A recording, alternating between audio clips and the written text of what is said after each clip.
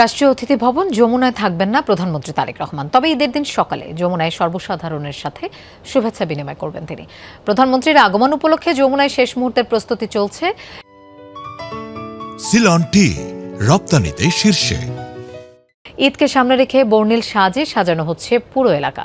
শুধু সাধারণ মানুষ নয়, প্রধানমন্ত্রীর সাথে ঈদের শুভেচ্ছা বিনিময় করতে আসবেন কূটনীতিক সহ গণ্যমান্য ব্যক্তিরাও।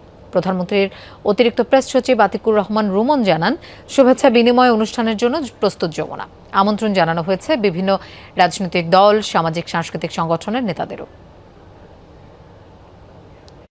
ঈদের দিনে আনন্দ ভাগাভাগি করার জন্য আমাদের মাননীয় প্রধানমন্ত্রী জনাব তারেক রহমান এখানে আসছেন।